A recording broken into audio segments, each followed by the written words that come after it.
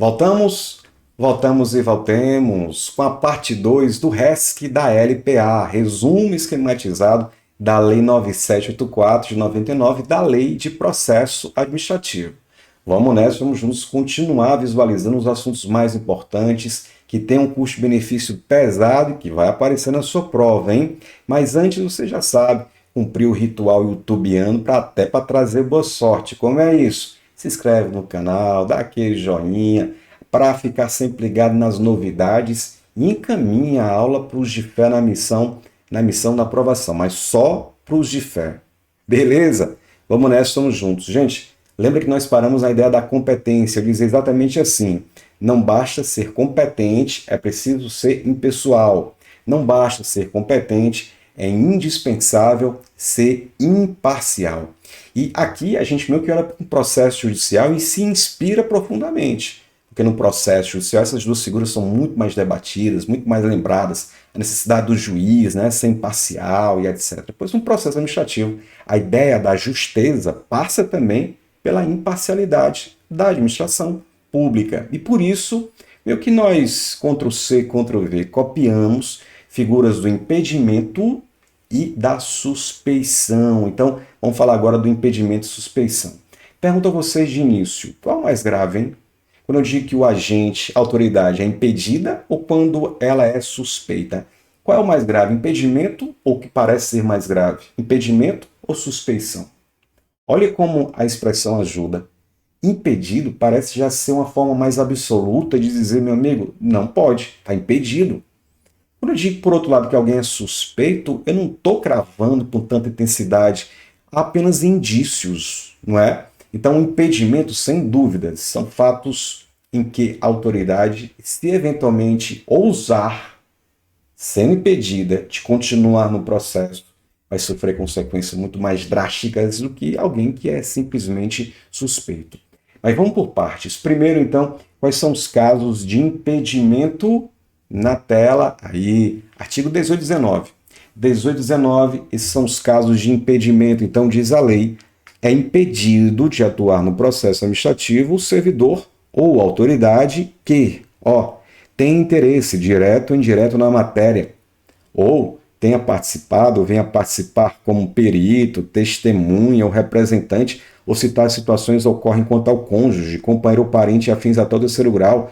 Faz sentido, né? Um servidor que foi perito, testemunha no processo, e lá pela frente ser o próprio julgador desse processo. Ele está cruzando a bola e cabeceando ao mesmo tempo, não pode. E também esteja litigando judicial ou administrativamente com o interessado, se não for com ele, com o respectivo cônjuge ou companheiro. Traz para mim.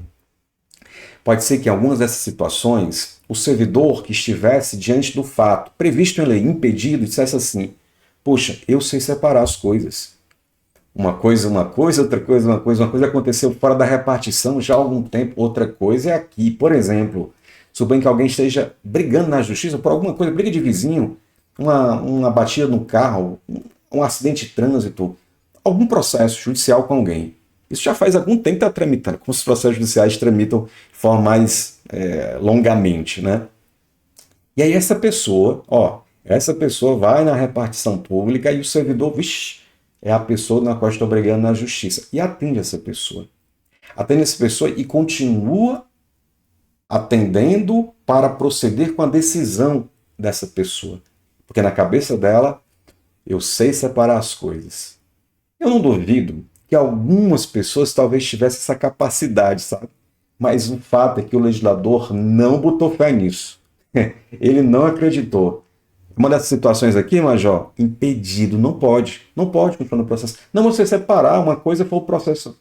É impedir de atuar. E para ser claro, estando nessas situações que são mais objetivas ou objetivas, você deve declarar a sua situação e se abster de atuar. Comunica o fato à autoridade competente e a autoridade competente vai colocar o processo para que uma outra pessoa continue e decida, trabalhe nesse processo. Não você que está na situação de impedido. Não, mas vou continuar se separar as coisas. Pois olha a consequência. Vai de novo, a omissão do dever de comunicar o impedimento constitui falta média? Falta leve? Falta grave. Para quê? Efeitos disciplinares. Portanto, fundamental, indispensável compreender os casos de impedimento e a consequência. A autoridade deve comunicar o fato e abster-se de atuar, abstendo-se de atuar. Se continuar, já viu, falta grave para fins disciplinares. Veja como é diferente as situações de suspeição. A suspeição basicamente gira em torno de uma mesma relação, ou gira em torno de um mesmo sentimento, que pode ser um sentimento, quer dizer, de um sentimento que é paralelo, né? Porque ou um é amizade íntima, ixi, ou o outro é o quê? Quer nem ver na minha vida, inimizade notória. Com quem? Com alguns dos interessados ou com os respectivos cônjuges, companheiros, parentes, até o terceiro grau. Pois é, gente, esses são os casos de suspeição. Mas diz para mim, o que é amizade íntima? Tenho certeza que o seu conceito de amizade íntima é diferente da próxima pessoa que vai assistir esse vídeo. E que certamente os dois são diferentes do que eu acho que é amizade íntima. E o que é inimizade notória? Esse mundo de polarização política intensa, né? Em algumas vezes no limite, do limite em outras. Quando é que passa a ser inimizade notória? Já pensou isso na universidade, em que professores têm posições políticas completamente distintas, um de direita, o outro de esquerda, e nos debates acadêmicos acabam se provocando e etc. E aí um deles passa a ser chefe do setor, na qual esse servidor, todos os requerimentos de parcelamento de férias vai passar por ele. Será que essa pessoa não pode decidir porque tem visões políticas de mundo distintas? Será que são inimizades, são inimigos notórios? Ou apenas existem divergências? Não existe uma linha clara sobre uma coisa ou outra. Por isso que aqui nós trabalhamos com indícios.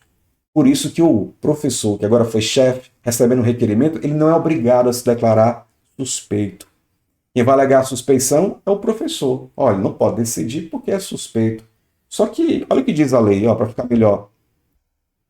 O indeferimento de alegação de suspeição poderá ser objeto de recurso, sem efeito suspensivo. Quer dizer, a pessoa que está achando que o outro não pode continuar no processo que vai alegar amizade íntima ou inimizade notória. A pessoa pode decidir, realmente, sou inimigo notório, sou suspeito. A pessoa pode dizer, não, nós temos divergências políticas, mas não sou inimigo, posso continuar sendo processo. Aqui sim a autoridade, né, a alegada suspeição, ela vai fazer uma análise caso a caso. E se a pessoa declarar que não é suspeita, cabe recurso. Mas o recurso não tem efeito suspensivo, ou seja, o processo segue. O processo segue. O processo não fica parado porque alguém alegou suspeição, o processo segue. Olha como é diferente a intensidade, né, dos problemas. Impedimento tem que se declarar impedido. Suspeito não é obrigado. A pessoa que vai alegar, ainda assim, um recurso sem efeito suspensivo. Fundamental lembrar, então, dos casos de impedimento e dos casos de suspeição, assunto também super recorrente.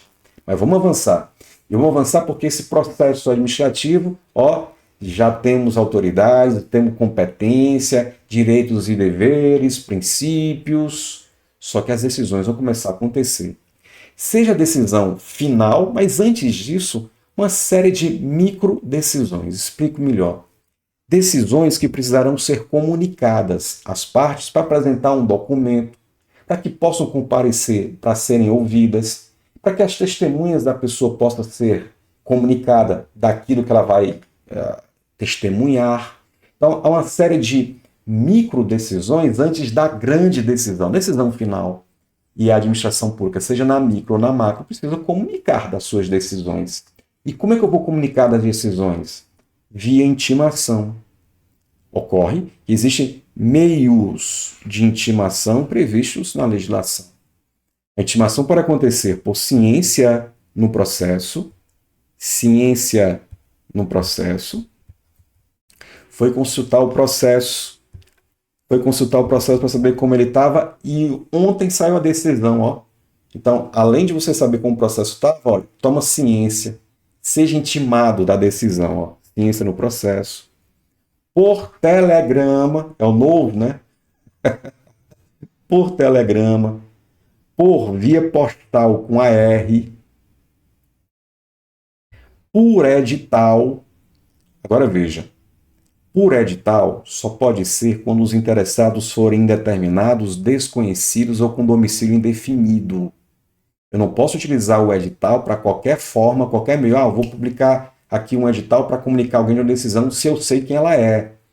A publicação ou meio de intimação via edital só nesses casos. Mas, Cláudio, como assim que o poder público não sabe quem é a pessoa? Por exemplo, vou de novo na situação, porque foi um caso concreto de uma ONG levando ao IBAMA a história da fábrica que foi instalada.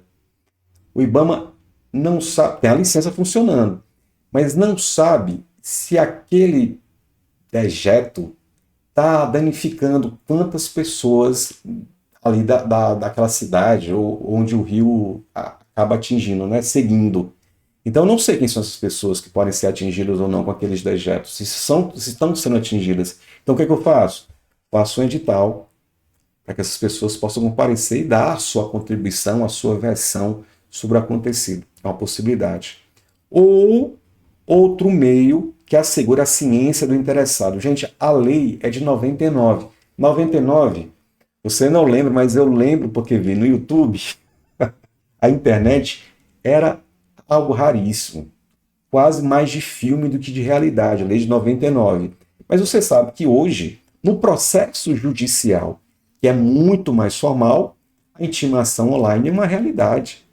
Então é possível também isso acontecer no processo administrativo, desde que assegure que o fulano de tal, né, os dois verdezinhos no WhatsApp, por exemplo, apenas uma situação, né, ilustrativa de que pode acontecer a intimação por outros meios também.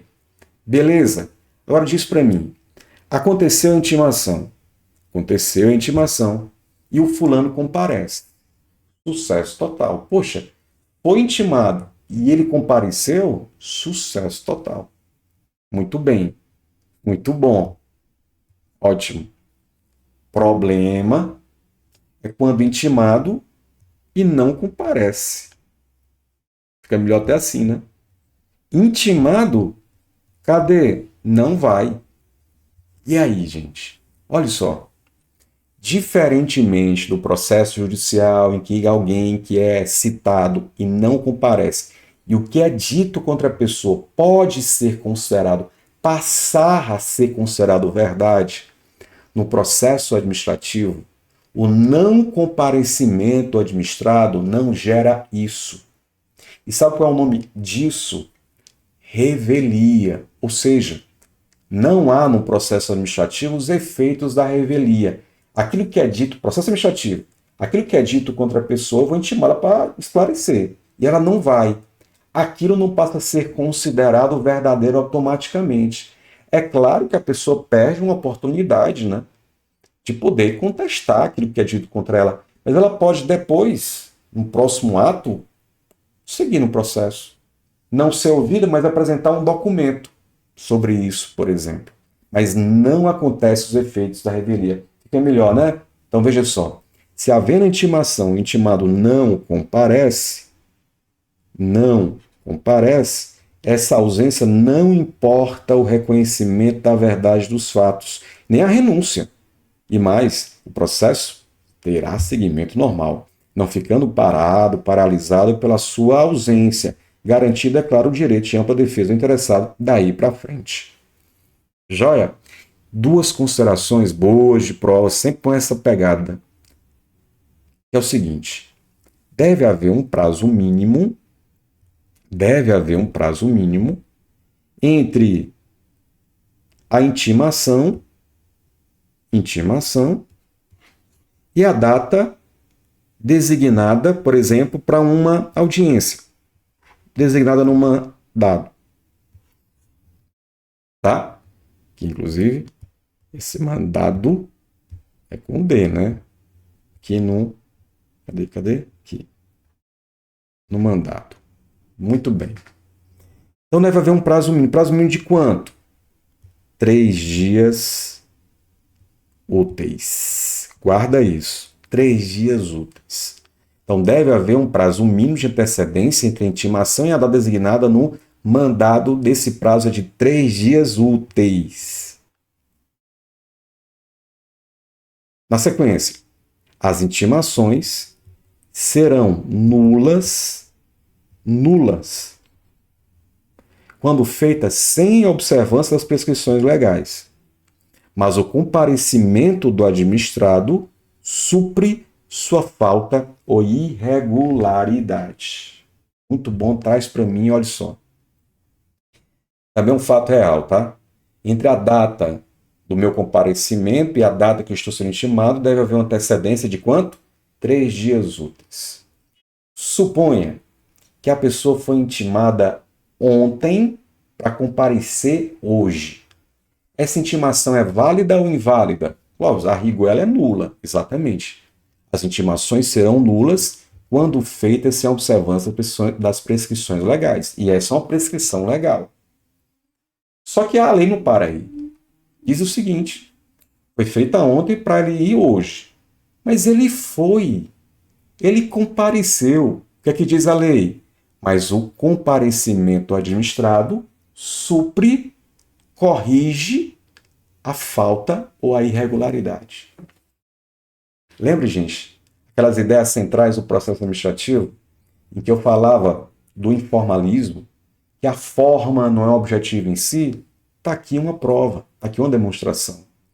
A forma não foi respeitada, mas o objetivo, que era o comparecimento, foi. Eu me recordo de um colega, um cliente que teve o tio, que era professor da universidade, intimado na véspera para o comparecimento, no dia seguinte, a um depoimento, a um esclarecimento de um fato. E ele me consultou, Clóvis, e aí, o que é que faz? Não vai, porque a gente vai alegar mais na frente que o processo é nulo, que a intimação foi nula, enfim. Não comparece, não é obrigado, não comparece.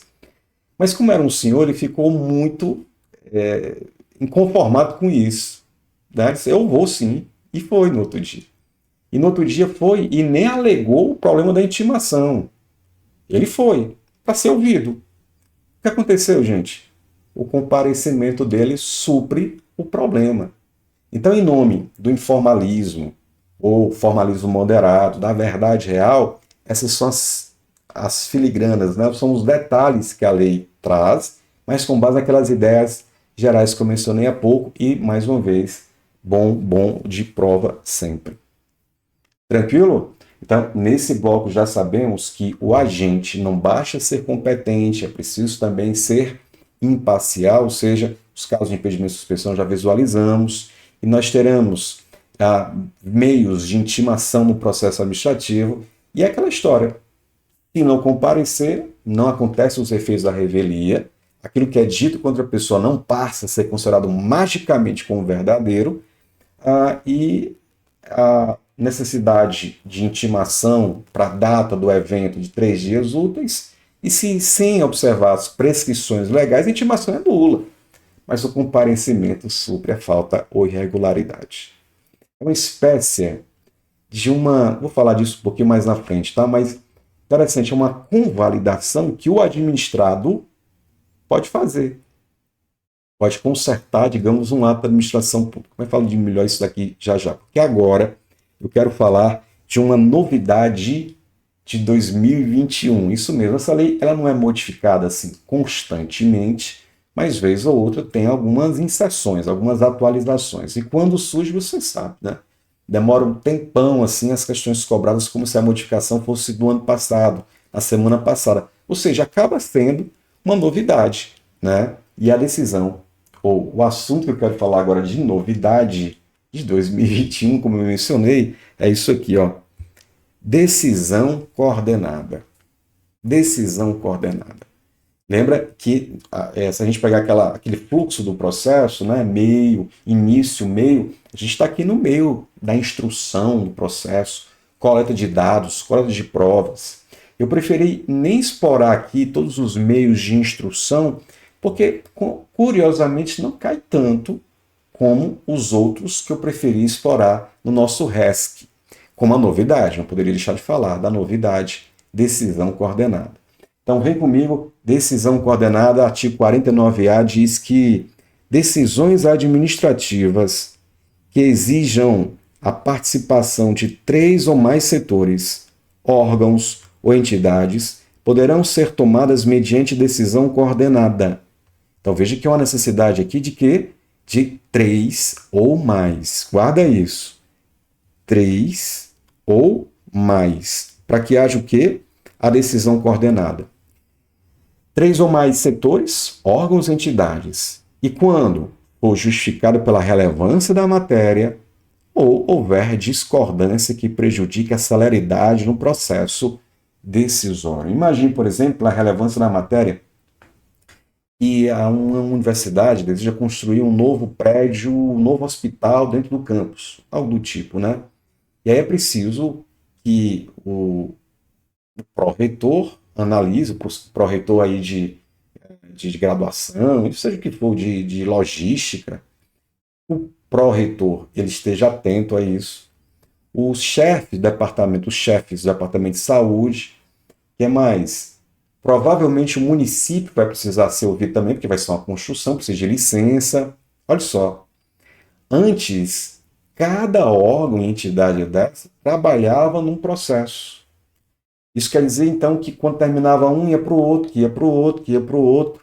Mas espera aí, esse assunto interessam 3 ou mais setores, entidades, enfim. Então, o que a gente faz juntos?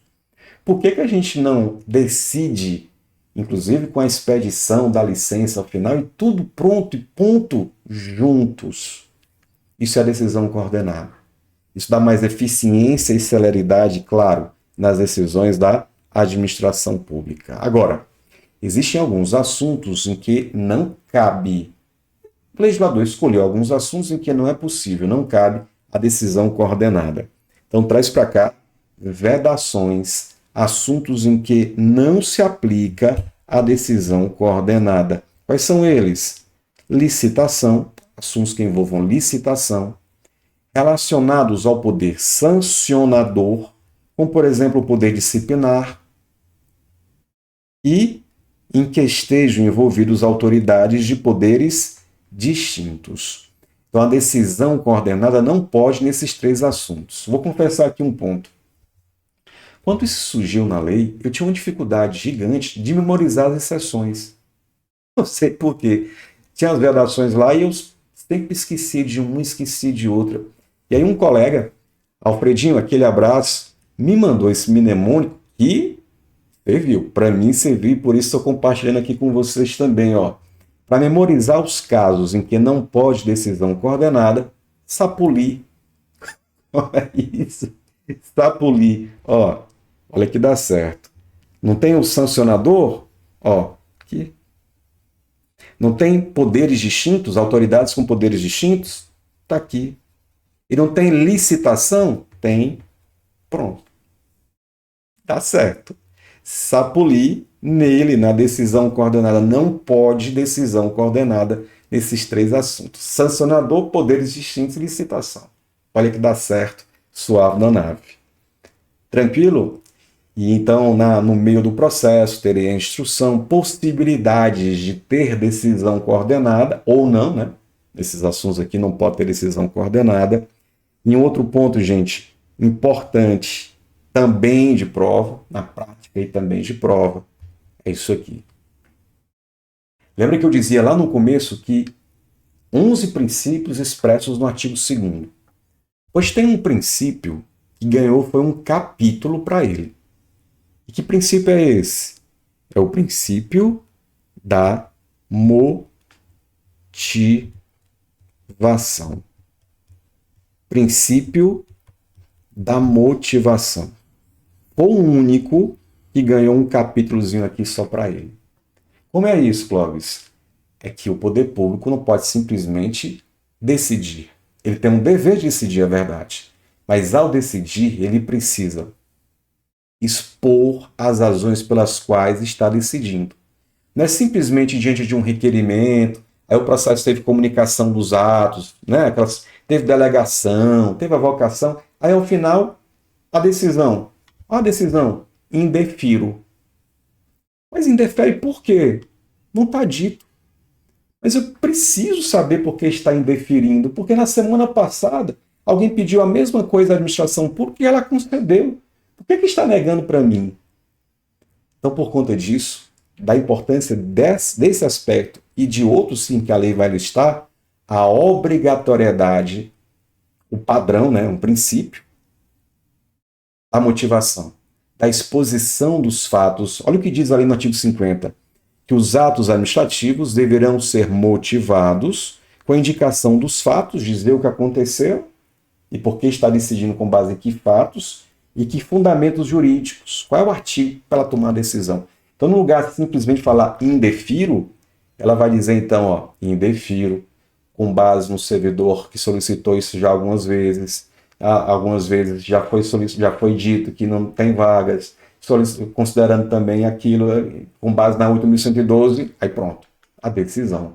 Então, antes da decisão, a exposição dos fatos. Aí sim, eu posso fazer duas coisas práticas: controlar ou comparar essa decisão com a que a administração, por exemplo, tomou uma semana antes, num caso similar, para saber se ela foi isonômica, isonomia.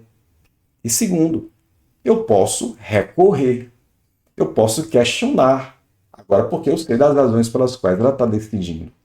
E aí, gente, o artigo 50 vai listar uma série de situações, de atos administrativos, as decisões, então, que precisarão ser justificadas. Então, vem comigo, vou apontar algumas delas, como, por exemplo, a importância de ter que justificar aqui, ó, negue, limitem, ou as decisões, né, que neguem, limitem ou afetem direitos ou interesses. Já pensou a quantidade de itens que aqui embutido? Ó?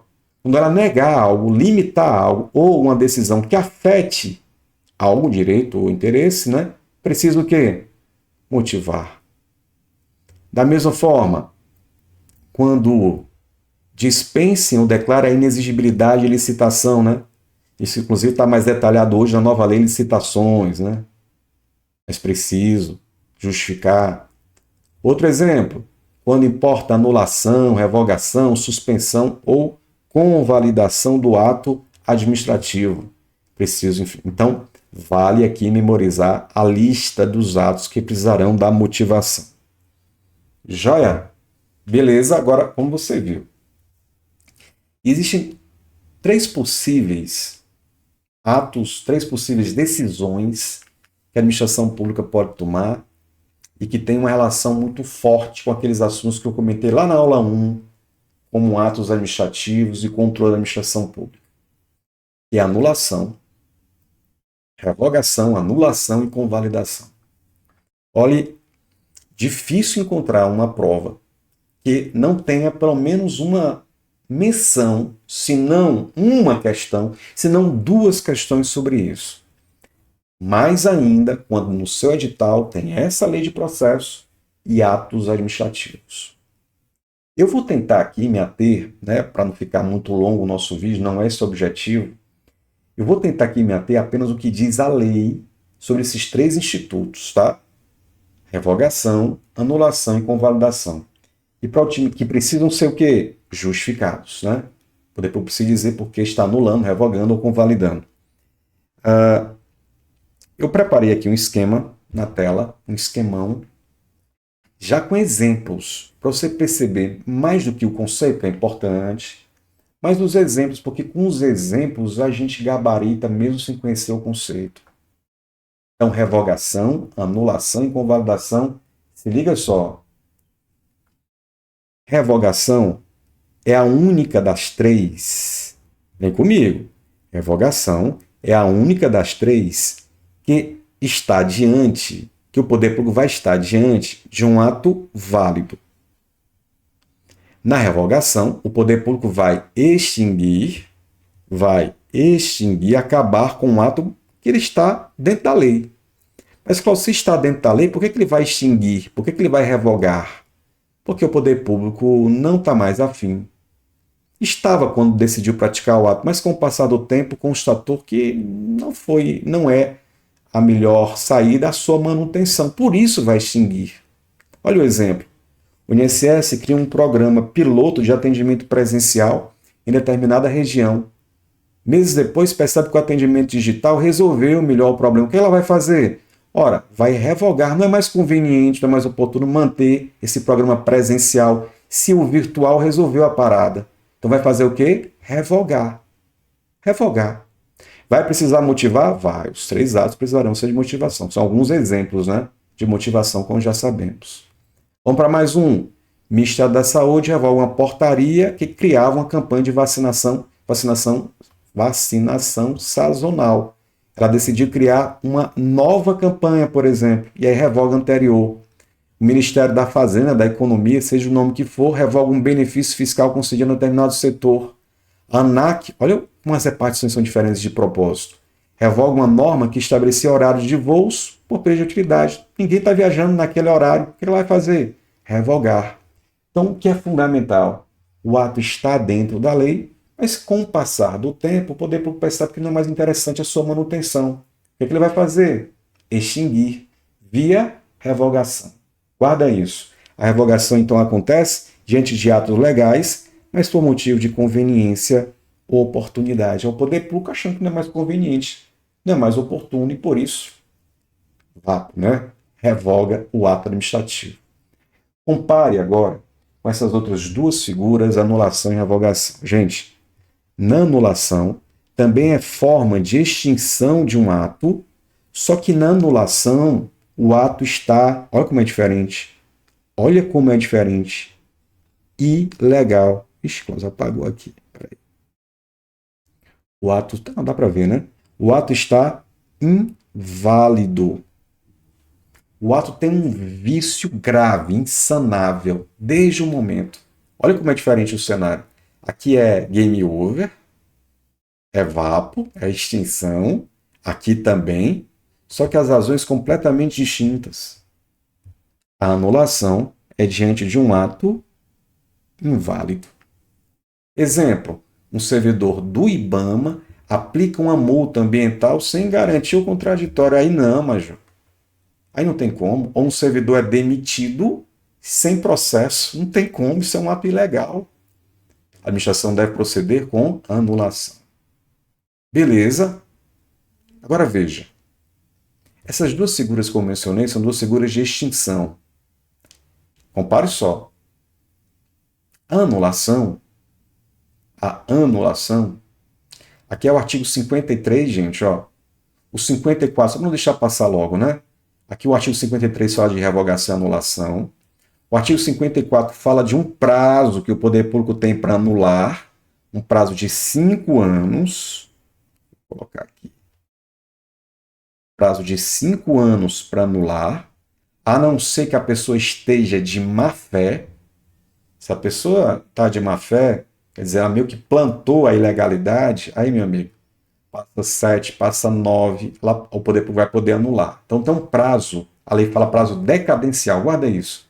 Um prazo decadencial para anular, prazo de 5 anos. A não ser que a pessoa esteja de má fé, que aí não tem prazo. Tá? Mas eu dizia o seguinte, essas 2 figuras são figuras que decretam vapo em um ato administrativo, né? O game over, a extinção do ato. A convalidação, não. Convalidação, ela não está preocupada em extinguir o ato.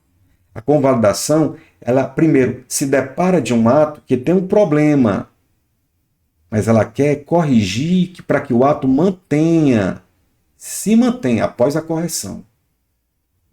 Então, a convalidação, o ato tem um vício, guarda isso, um vício sanável, ou seja, não é um vício grave, é um vício que dá para corrigir, e aí eu corrijo e mantenho o ato.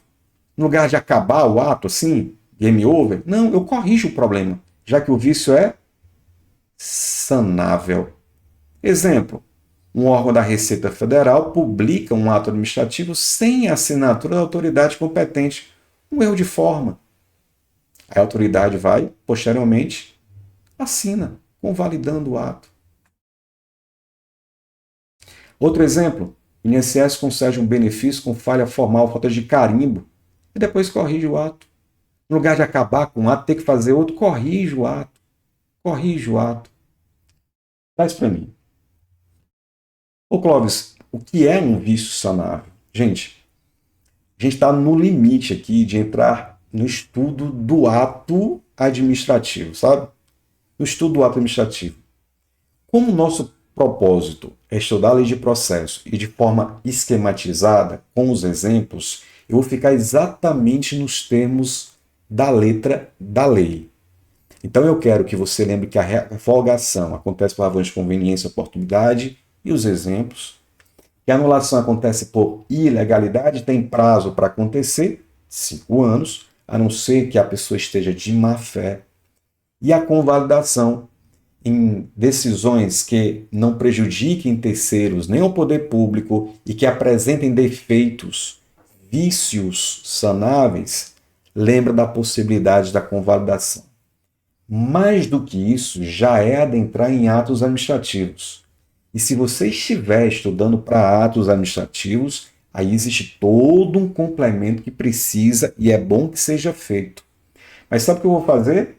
Eu vou, claro, fazer a indicação do curso do tio, um curso de atos administrativos que eu tenho no meu site. Aí faz assim, ó, entra aqui, ó, no meu Instagram, Prof. Cláudio Seitosa, você vai clicar no link e vai dar direito ou direto ao site.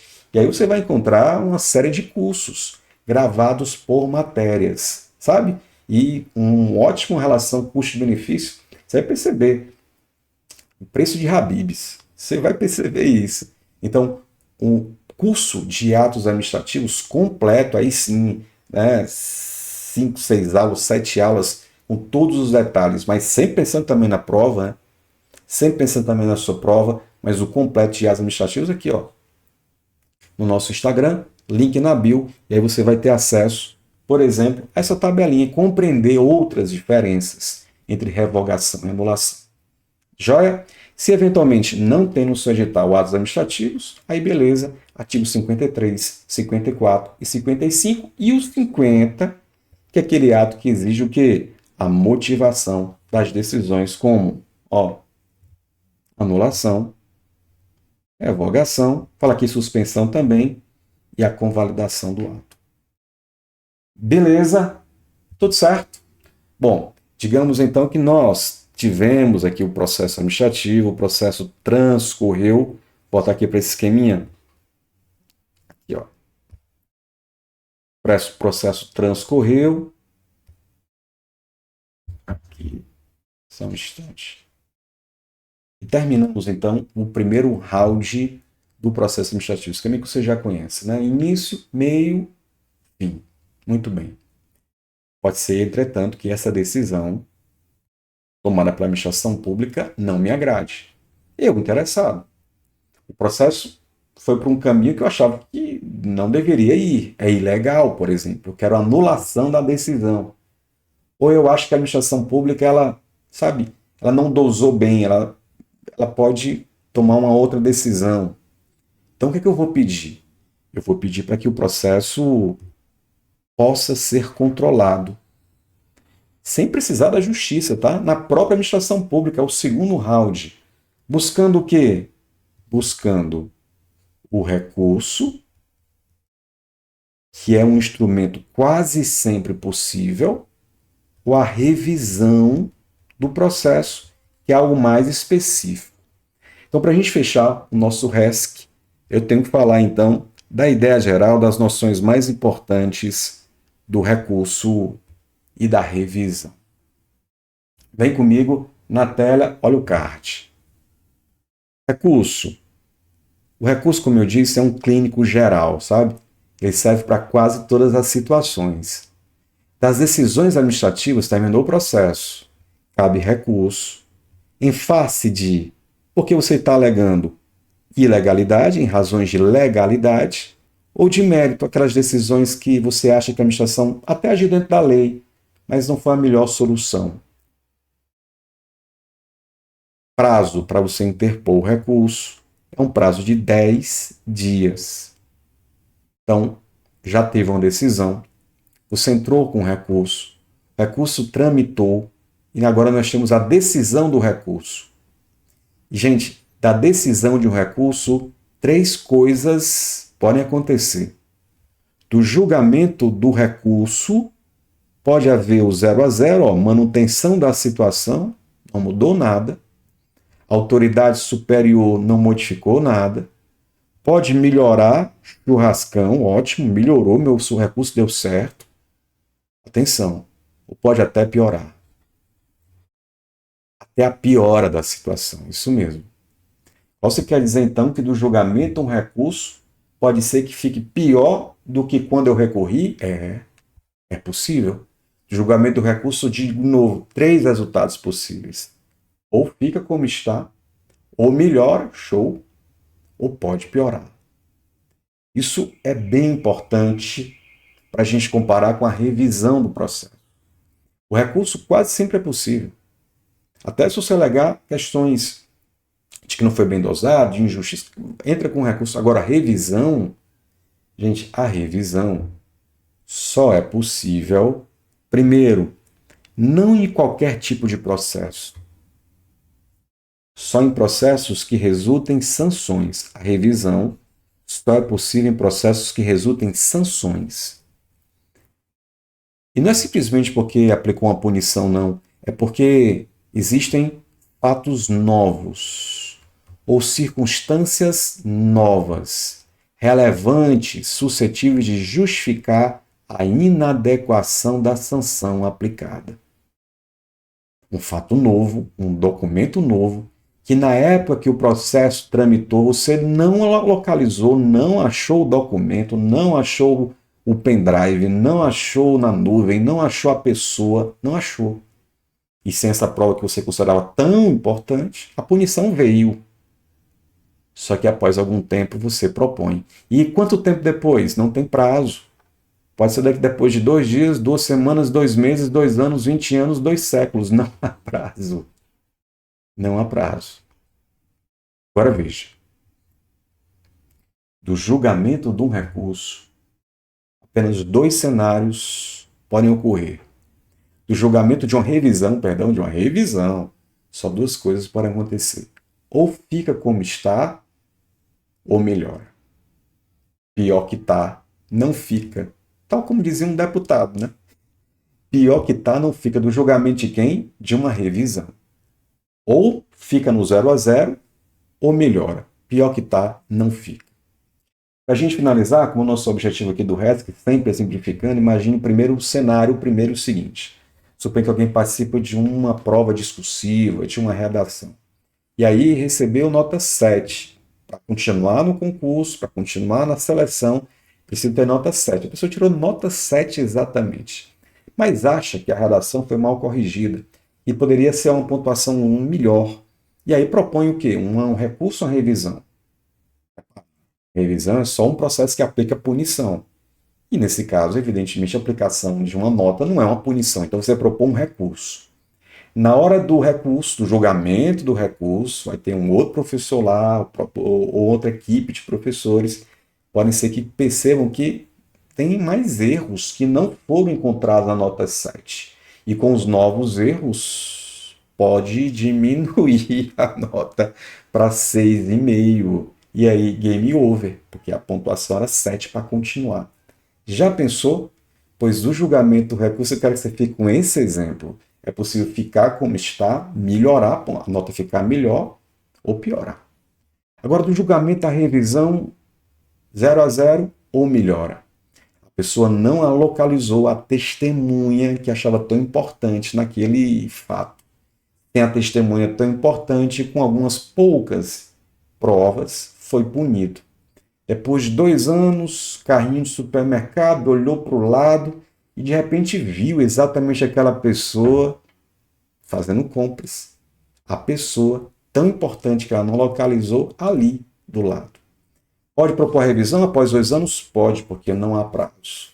Então existe um fato novo, uma circunstância, uma testemunha agora que foi localizada e que é relevante na visão do punido, né, que ela seja ouvida. Suponha que a punição foi uma suspensão de 30 dias. Ficou sem trabalhar e sem receber 30 dias. Sensação de injustiça. E agora com a testemunha ali localizada, poxa, vou conversar com ela. Bora participar do processo, conta tudinho. Você pode participar, me ajudar nesse processo? Você lembra, né? Lembro, pode deixar comigo que eu lembro. Não foi naquele dia tal, tá?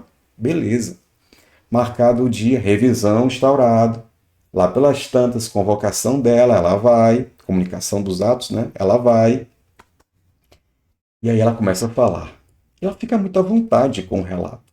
Ela chega a ficar tão à vontade que revela outros detalhes na sua inocência, né, de falar, de ir falando. Tem algumas pessoas assim, muito espontâneas, vai falando, e vai acrescentando alguns detalhes mais sórdidos, que o processo que aplicou a suspensão de 30 dias não conhecia. Então, com esses detalhes, com essas camadas da mesma infração que foram acrescentadas, a autoridade agora pensou em punir, em aumentar a suspensão de 30 para 60 dias. Pode? Não. Do julgamento de uma revisão, não pode acontecer a piora da situação. Lembra comigo, do julgamento de uma revisão, ó, não. Não. Não pode haver a piora da situação. Beleza? Tranquilo? Então é isso, principais diferenças, e essas são as últimas do nosso RESC, Lei de Processo Administrativo. Espero que você tenha gostado, e se gostou, deixa aquele joinha, se inscreve no canal e digita aqui nos comentários se gostou e qual o próximo RESC que você deseja.